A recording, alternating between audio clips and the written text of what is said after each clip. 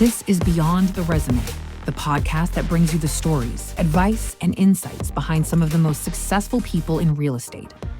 Beyond the Resume is brought to you by Jackson Lucas Executive Search, the industry leader in human capital solutions.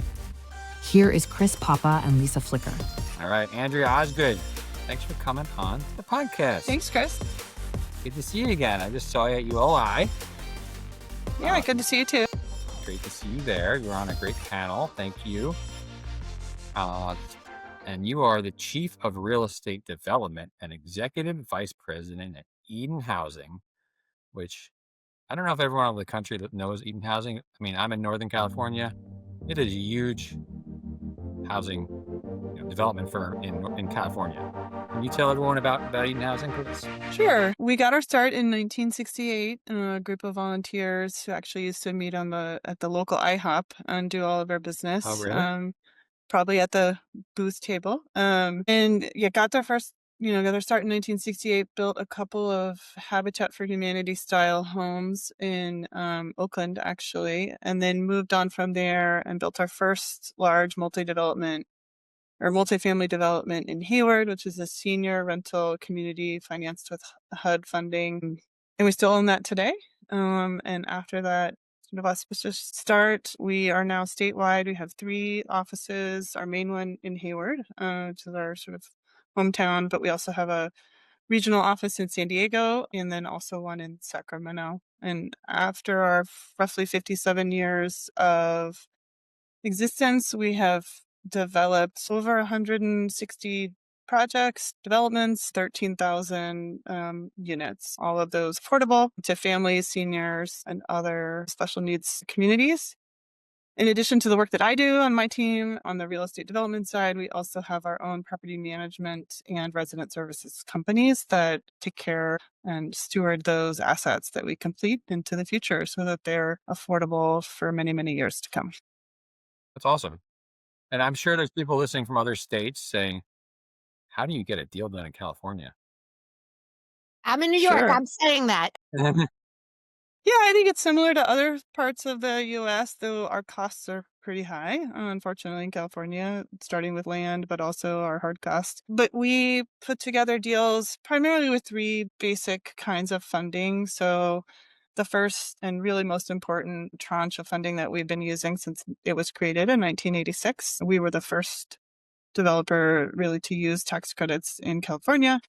Is the tax credit. So the low-income housing tax credit program that comes out of the IRS. It was created under the Reagan administration. So we use that in pretty much like 99% of our deals these days. We'll also stack in, a traditional perm loan, and then the gap or the delta between what those 2 provide and what the project would cost, we source from various soft sources, generally local, either city or county funding, and or state level funds. Right. And then it's all, you guys have to do all ground up construction, new construction? Exclusively, but mostly. I mean, that has been our focus over the years.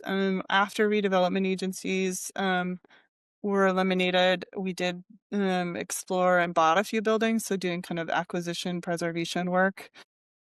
We have also, over the last 10 to 15 years, done a couple of mergers with organizations that for some reason or other needed to close their doors. So we, preserved their entire portfolios all in one swoop. Also, in addition to taking on existing properties from other developers or owners, in a couple of cases, we took on their entire property management staff that came with those buildings as well. And I rarely see people who've been at the same job basically since you were an intern, right? So you're almost your entire career.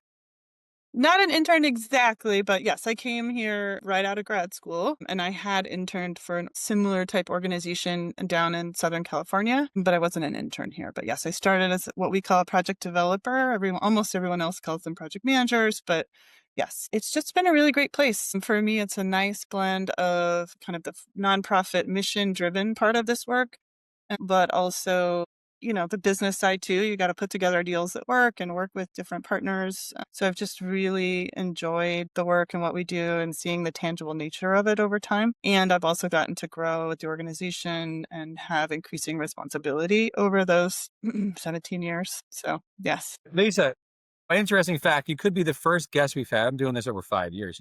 That was actually from Oklahoma. You could be the first guest. Yes. And you know that because we hung out last week, but at ULA. Yeah, so I grew up in Tulsa, Oklahoma, and came out to California to go to undergrad at Pomona College, a small liberal arts school down in LA County. Did you work, just taking me back to like growing up in Oklahoma? Did you dream of living in Southern California, like of like what California was? I mean, I kind of did. I grew up in New Jersey, and I'd always like in the middle of the winter, I'd be like, "Oh, we gotta get to San Diego." That was the dream, the dream. Did you have that dream and like get out there and like study literature and be around creative, open-minded people and stuff like that? Yeah, I don't know that I articulated it as well as maybe you did to myself back then. I was open to any adventure, and actually, my aunt was pretty instrumental in me finding Pomona. It's pretty small and far away from, It's a um, great school. yeah, Oklahoma, but she had Kind of gone to like a an sim. Ivy type of school on the West Coast. Yes, they sold T-shirts at the coop that said Pomona, the Harvard of the West. So yes, so my aunt had gone to a similar type school, small liberal arts school in Iowa called Grinnell, and she sent me a packet of schools to consider as I was trying to think about where I wanted to go. And I think Grinnell was in there, but I was like, Iowa, it's too cold. And I saw the one that said Southern California, and I was like, oh, that sounds interesting and really neat. And my mom was open to that because my aunt at that time lived in California. So she was a little nervous about me going halfway across the country. Like if I told her I wanted to go somewhere on the East Coast, she probably would have said no because there was no family over there. But she was open to that. So I ended up applying early to Pomona and I got in. So it was pretty exciting. Was the only kid from Oklahoma in that class. But I really loved the Pomona and the small scale of it. You get to do a lot of different things. And like I played basketball and was really involved in the RA kind of campus life community in addition to going to the school. So I'm a big believer in the small liberal arts campus and experience. And it looks like your undergrad was in, you got a BA, so you were kind of more liberal arts but then you went to UCLA and got a master's in urban planning. So I Mhm. guess at some point in there, you were like, you know what? I'm interested in real estate and the built environment. Was there something that sparked that? I did a fair amount of exploration right out of grad school when I or not grad school, undergrad. It was the beginning of the dot-com boom, so I did a little bit of that. I taught myself how to build websites. I got a job at a um, organization that did that for others. But at some point, I had fun with that, and I said, "Well, this isn't what I want to do long term." And I ended up on a construction management type, support position at UC Berkeley because I was thinking that maybe I wanted to go to architecture school. I quickly realized that that was not for me either.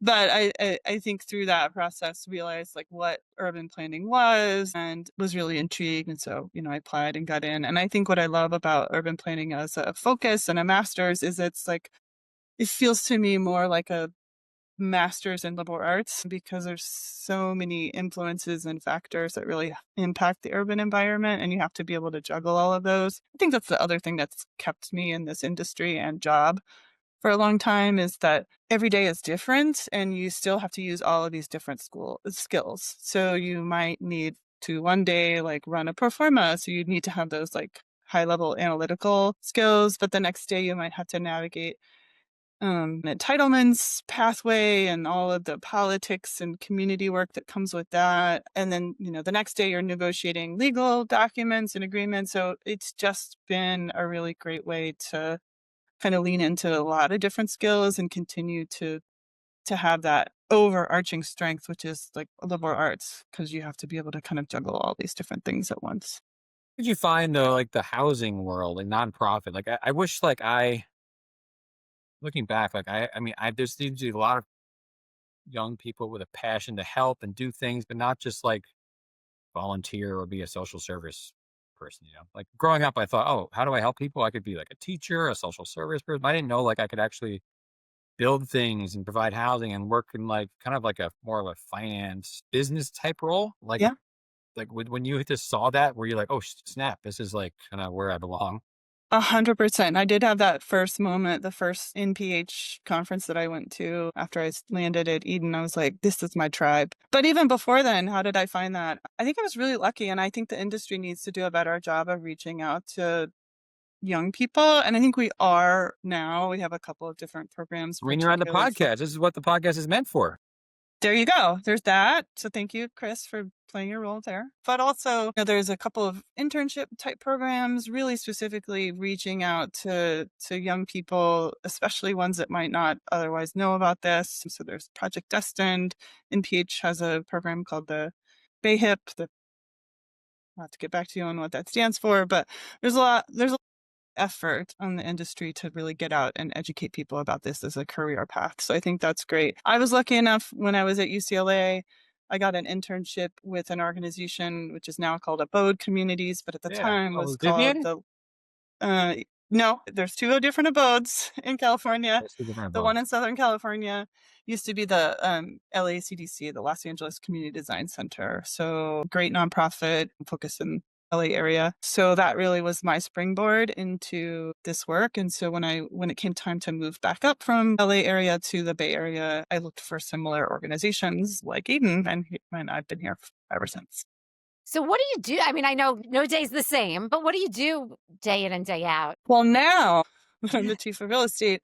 I do a lot of supervision and meetings and high level risk spotting and strategic choices and thinking about overall budgets. But, the day to day of a project developer or project manager is, thinking about how to move your project forward depending on what phase it's in. So for early projects, you're working with the designers and the cities to get it entitled. For the next phase, you're really trying to get it funded. So it's lots of funding applications and running numbers and trying to beat down your general contractor's pricing and working on value engineering.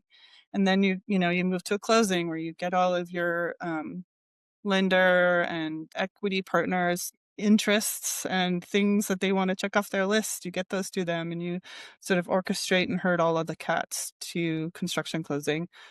And then in construction, you're managing a whole different world, right? You're working with your GC. So that's what that phase of my career looked like. And then at some point, I transitioned into looking more for new business for Eden. I did that for a long time.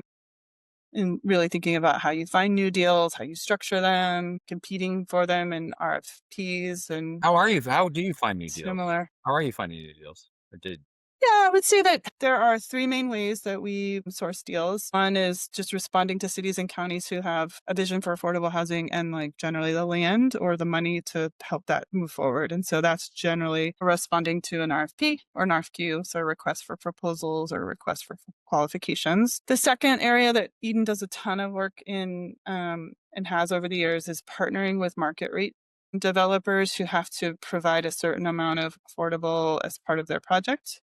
So what we call inclusionary work, which is named after inclusionary zoning, where cities require that certain development projects have a certain percentage of affordable. So we work with a lot of the big home builders and other market rate partners. They'll often carve off a piece of a master plan community or work on another off-site location where we're going to satisfy that inclusionary requirement for them. And then, the final piece, which we've been doing a little bit more of, especially after California lost its redevelopment agencies, is we're seeing more and more communities in the state like pass bonds. And so there'll be money available. And so we need to go out and like buy or secure our own sites to then ultimately move forward a new construction, deal there. So those are like the three main ways. Gotcha. I saw the article about you guys were the Central California Alliance of Health and the Housing Accelerator Fund kind of put together, and you guys were doing a deal with them. Like, are you finding more of these sort of different funding sources come into play here in affordable housing? Yeah, we're always looking for something new to try and move our work forward. I would say that in Eden's 57 years, that's been the one thing. There's always like some new, slightly different like funding program, and we have to sort of figure out how to make it work. And we do, and the end result is always the same, even if the money sort of changes. So yeah, we've been so the SFHAF, or the San Francisco Housing Accelerator. We've been talking to them about, different ways we might collaborate on a couple of our projects. We just got S&P rated too, and A minus, I believe, was our rating. We don't have plans quite yet to deploy that, but we could. So we're looking at it as a different tool in our toolbox. What else? We've been looking at, this isn't a funding source, but it is like, how do you think about ways to reduce costs and therefore like drive more units? We've done a couple of modular deals. We continue to sort of keep our eye on all things like that might help us reduce costs and therefore build more housing. Where did you do your modular deal? Because that was part of some topics of conversation of like, and that's always, I feel like I've been hearing about modular for 40 years or whatever. Let's figure it out.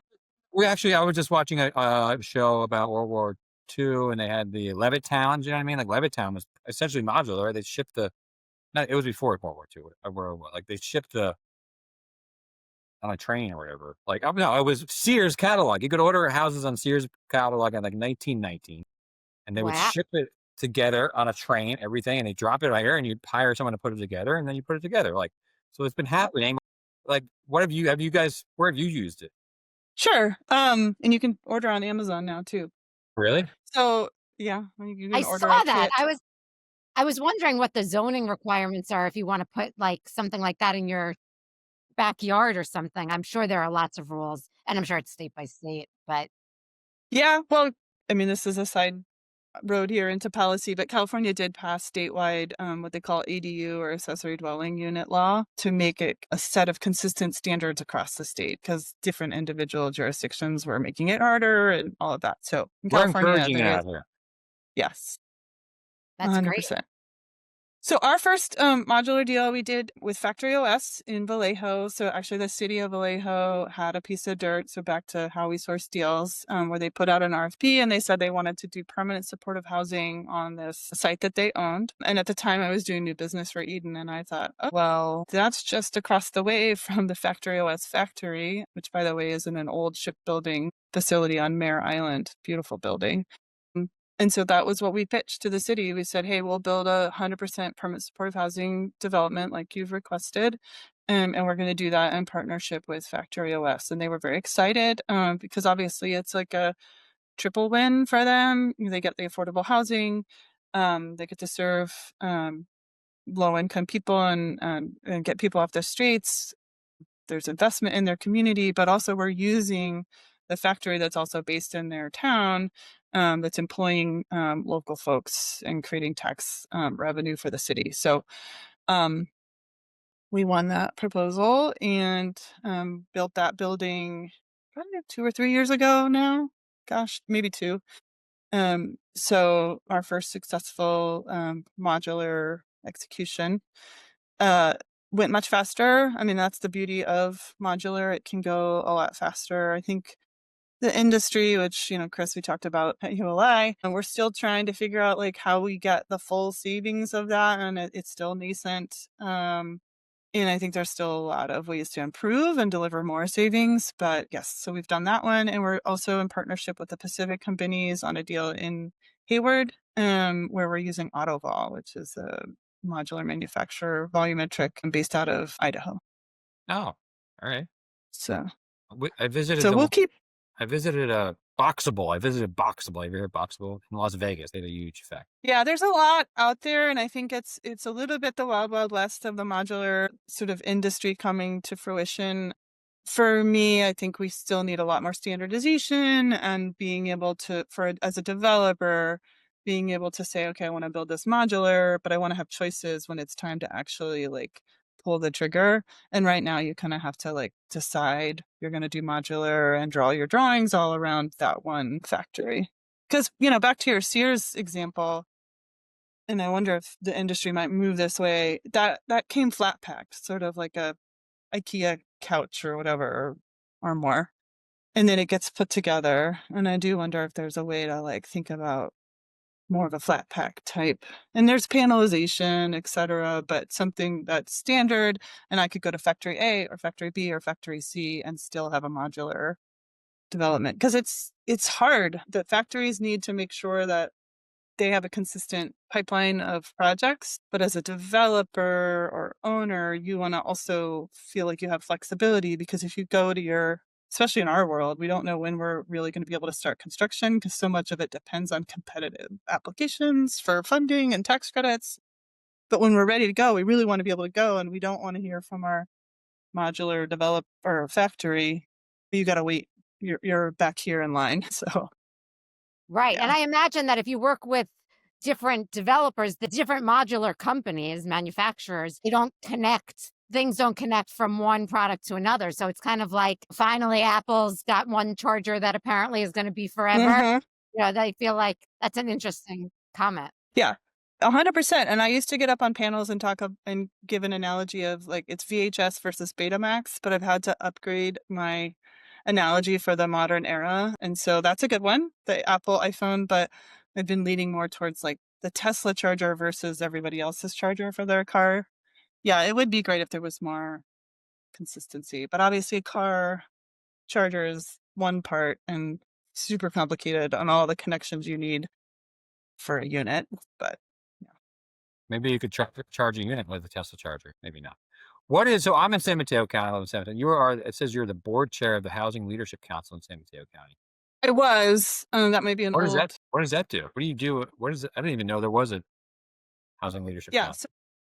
so that's so I'm not no longer, but I was. So that's the Housing Leadership Council of San Mateo County. It's one of our kind of more hyper local advocacy organizations that will do, show up to council meetings and say, hey, we need this housing. And they also work in the wider community to try and bring more positive feelings and opinions in the community to fight for housing.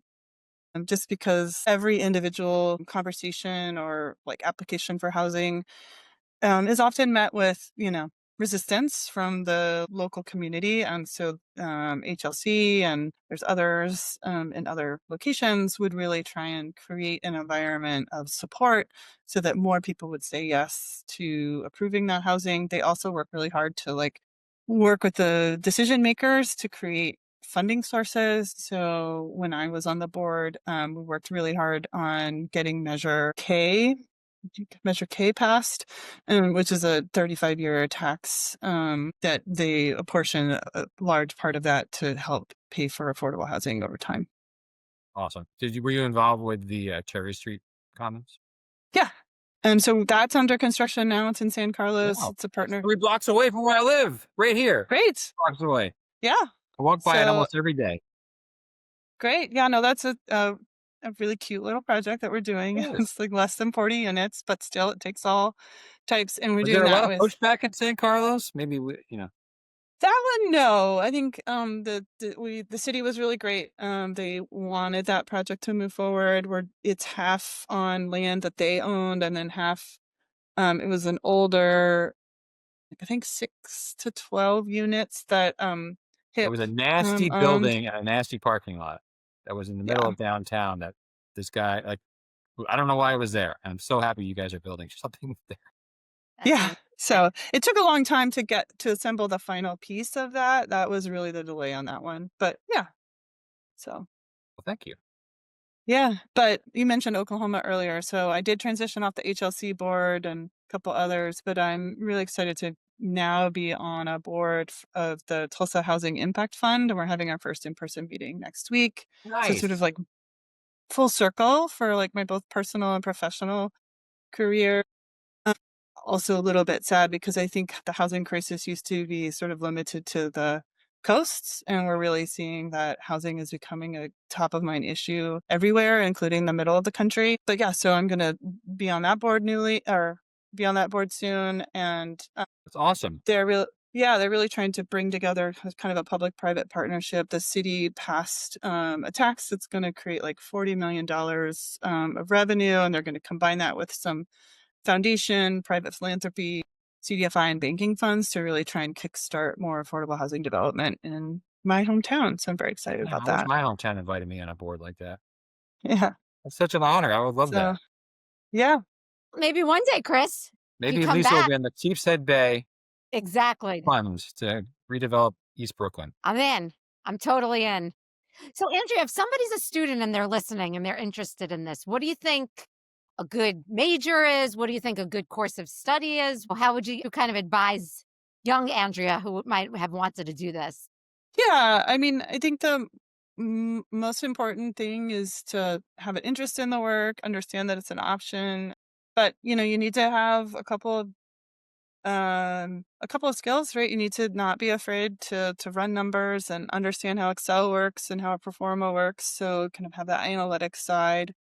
But you also need to be able to talk to people um, and communicate with people both, in conversation, but also written reports and the written word becomes super important as well. And as you grow in the work, the first part of it is very much like herding all of the cats, keeping lists, making sure you're moving everything forward. You are a paid generalist and you are paid to ask questions and make sure you understand it because it's your deal that you're moving forward.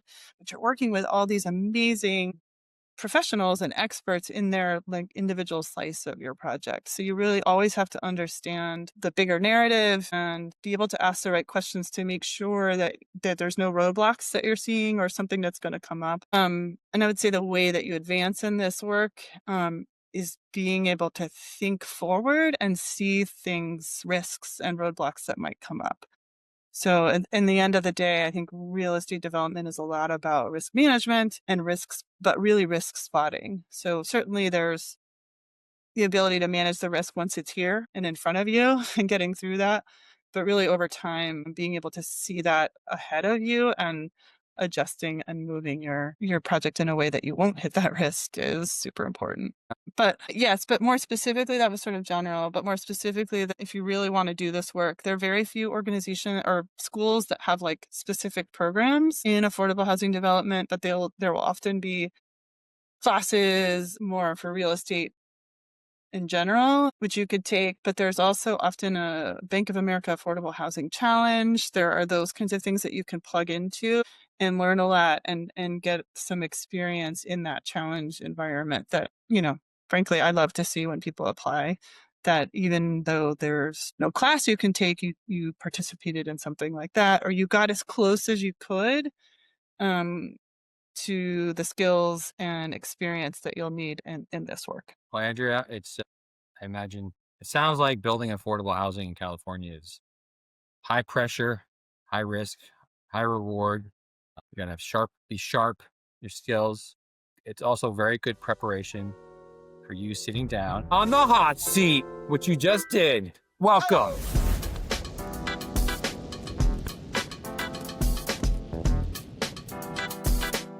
Oh, thanks. If you could build affordable housing, you could handle the hot seat. I'm confident. Okay. Maybe. All right, I'm ready. Maybe, we'll see. So quick, easy question. Do you have any book or podcast recommendations? Anything you're reading now or listening to? I just this last year read Abundance, so I really recommend that. I really felt seen in the overarching narrative there of just like really as this Ezra Klein book documenting kind of the challenges that we have in building stuff in this country, frankly, and how it has to be the everything bagel and how everything has to be perfect. So I loved that. I would super recommend that. Good mindset to have, right? Yeah. So that would be my kind of more work related book that I read that I think is very appropriate and timely for these days. Now I know you have a family, you're busy, you got a high level job. Do you have anything that you do, kind of a routine throughout your day or your life that kind of keeps you grounded and kind of keeps you, oh yeah, Sure. Yeah. I try and read a lot. And then, the dog makes sure I walk her. So a lot of dog walking. Yeah, walking's good. Mhm. Walking is very, very good. It's interesting because everybody I talk to now kind of is on the periphery of like AI and what's happening. And I don't think anybody has like a solid plan yet, but I'm curious, are you seeing technology affect your day to day in any interesting ways? And I assume on your council, although I know you can't tell the secrets, you guys probably had some conversations about We figured it about out.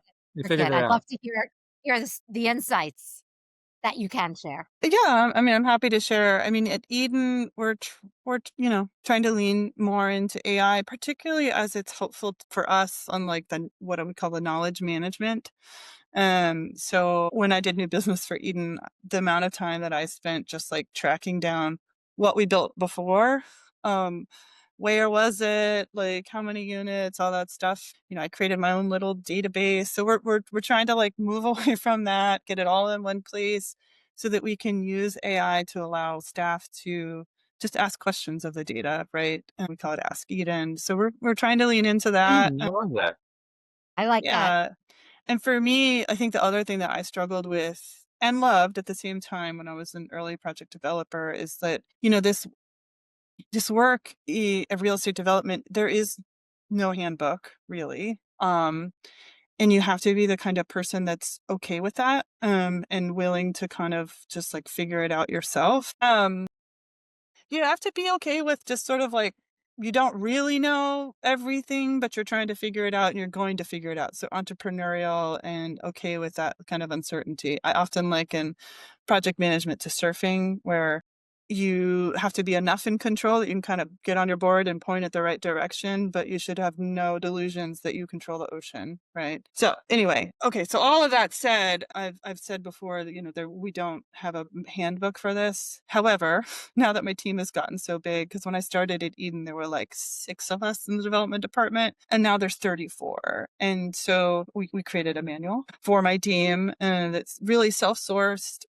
We have different people writing different sections, and we're putting it on that same kind of system so that you can ask AI and the AI can sort of say, oh, go see this section, right? And so again, it's not going to be a manual that covers every single specific instance, because people and cities and the local politics or the temporal politics of the moment will change everything in certain ways. But we have tried to like lean into, let's put all of this in writing so it's there and it's a resource and people can find it more easily. Because I can remember working late trying to figure it out myself, being like, I really wish there was a manual.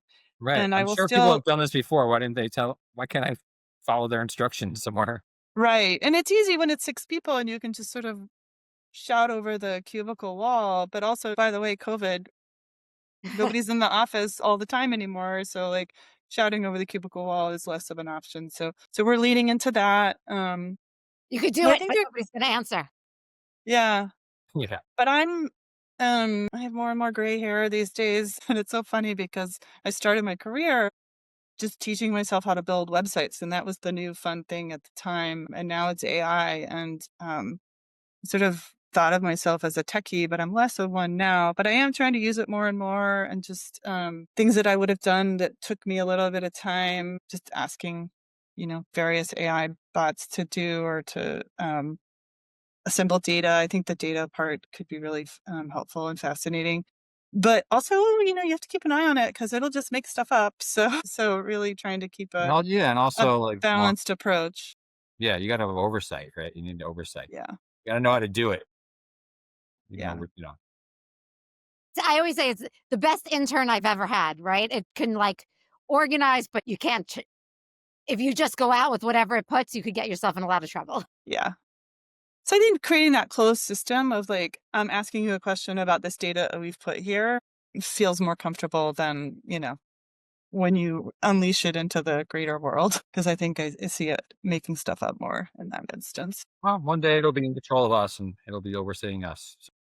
So Yeah. we should enjoy the days where we're overseeing it.